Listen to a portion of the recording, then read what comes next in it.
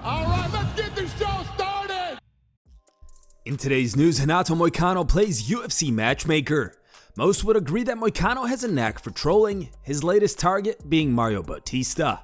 The American fighter recently secured a decision victory over Jose Aldo at UFC 307 by implementing a game plan focused on takedowns and lots of time with ground control. In a recent episode of the Show Me the Money podcast, Moicano addressed Bautista's performance, suggesting that he should be punished for his insolence by being thrown into the cage against Alex Pereira.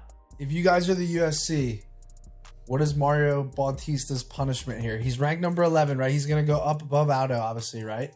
But, like, who are you matching him up with? Because people are saying, like, have fun at the Apex for the rest of your career. I would right now. I would put him against Spartan.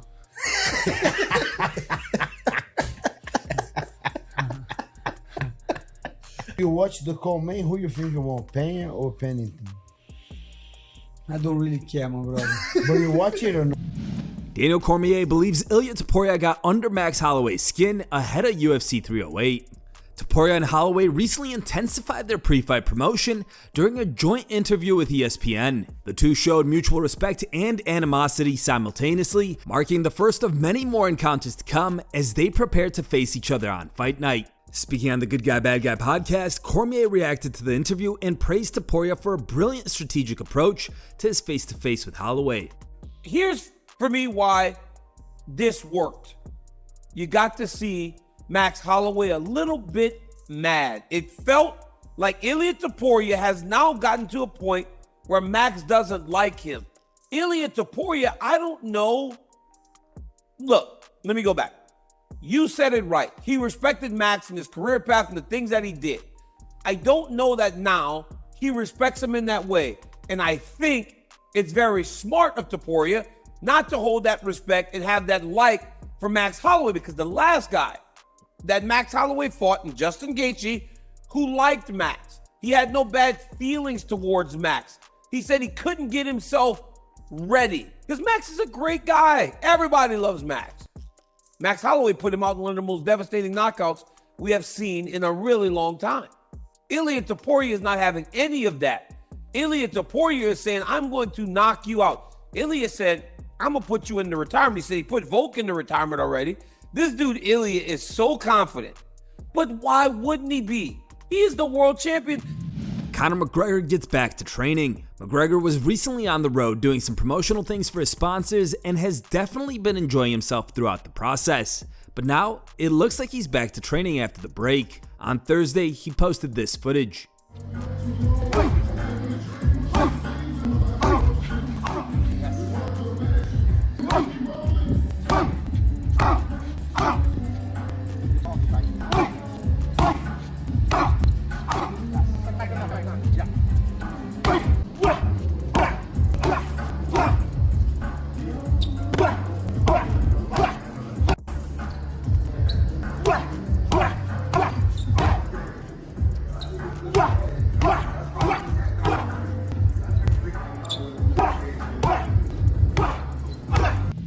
Khalil Rountree Jr. reveals advice he got from Conor McGregor after UFC 307. McGregor was one of many who applauded the performance put on by Rountree Jr. and Pereira, praising both fighters in the immediate aftermath of the bout. Now, during an interview on the Pound for Pound podcast, Khalil discussed what he would have done differently against Pereira and revealed that Conor reached out to him after the fight with some words of advice. I think that I would have gone forward a little bit more. You know, I think after, I still haven't watched the fight as a whole since it happened, but I did get, it was really nice. Like a couple days after the fight, I got some messages from Conor, and it was really cool to get some messages from him. But one thing that he pointed out was that I could have put more pressure. Just like you were saying, like when he was going up against the cage, yeah, he has that left hook. But if I would have been just a little bit more relentless with my pressure, and not backed off so much and retook the center of the cage, I think I would have been able to apply a little bit more damage to him. So I think like if I were to go back and replay this fight, I'd probably just be a little bit more aggressive, like smart aggressive. Jorge Masvidal reveals time frame for his UFC return. Masvidal retired from MMA following his decision loss to Gilbert Burns in April of 2023. He then boxed Nate Diaz in July, dropping a close decision. Masvidal has now revealed that he is in talks to make a return to the UFC. In an interview on Bo Nichols' podcast, Gamebred said he plans on returning in March. So you think you want to get a fight? How long before you want to get a fight? Next year, March. Let's go. Next year, March. March is always a big card. So yeah, next year, March. If they go to Miami, I'm gonna f somebody up in Miami. Is it in Miami? I don't potentially? know. They're due for another one in Miami. Right? So, but if they do, they're gonna have me on that gate. If they do a Miami card in March, I'll hop on too. Let's go. 100%. Or anytime at the beginning of the year. We're gonna f it up. Wow. That'd be crazy, bro. Brendan Schaub believes there's only one fight for Alex Pereira after his last performance. Speaking on his Thick Boy podcast, the former UFC heavyweight suggested that Pereira should fight the winner of Jon Jones vs. Stipe Miocic instead of fighting Magomed Ankalaev. Jon Jones is the fight. You have him fight the greatest of all time. You pay Jon Jones what he's worth. You do Alex versus Jon Jones. It's actually the only fight to make. Jon Jones versus Alex has to be next. That's ridiculous. Ankalaev's won 10 in a row. I get all that. I'm with you, man. I'm with you. I'm a purist myself. I'm talking about straight business, Vince McMahon, WWE style. How are we going to make money? It's the winner of Jon Jones, Stipe, or bust. Everything else, we can't. It kind of fucks up everything, dude. Schaub also thinks that Pereira is saving the UFC's ass right now, as he's the only active superstar in the promotion. Oh, UFC gives him favorable matchups. Yeah, dude, he's the face of the UFC. He's saving the UFC's ass right now. If there's no Alex, what do we do? What the fuck would we do? What do we have forward to look? What are we looking forward to? There's not much for us right now. Didn't tease December's supposed to be litty, but outside that, Alex Pereira, dude, he's made your year. Everyone's year. Alex has saved everybody's ass. Even if for whatever reason you got to be a moron. If you don't like his fighting style, which doesn't make any sense, but he doesn't fight any grapplers, whatever. You should just be thankful there's a guy like Alex.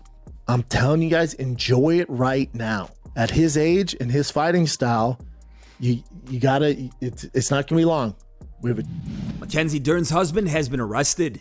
Dern's husband, who's also an MMA fighter, Antonio Tricoli, was arrested last Friday on misdemeanor battery charges in Huntington Beach, California, following an incident reportedly involving Mackenzie's ex-husband, Wesley Santos. While police weren't able to provide any further details on Tricoli's arrest, Santos, a professional surfer who was previously married to Dern and shares a daughter with her, claims he was the victim of the battery charges. Santos issued the following statement to MMAfighting.com. Mackenzie Dern is my ex-wife, and after our divorce, she married Antonio Movado Jose Tricoli. We divorced and have shared custody of her daughter Moa, but Antonio never stopped following me. We had a deal that he would not be part of the custody, but he was always nearby, threatening and disturbing in every custody exchange. He sent messages through Moa saying he would beat me up, and Moa told me clearly. I dropped my daughter at school this past Friday and was going back home on a skateboard when I saw a white car stop. I started recording. It was Antonio. He got out of the car and punched me, and the car kept moving along, and he ran back inside the car. Cops were called, there were several witnesses, and Antonio was arrested for battery. There has been no response from Tricoli up to this point. Tricoli made his UFC debut back in June, where he was stopped by Shara Magomedov in the 3rd round. It's time for today's top memes. Third place was found over on Instagram and was posted by Golden Combat 23.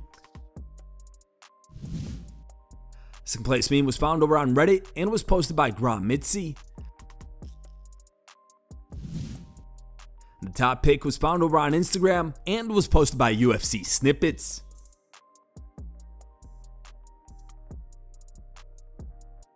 Thanks for watching. If you like the content, smash that like button and don't forget to subscribe to stay in the talk.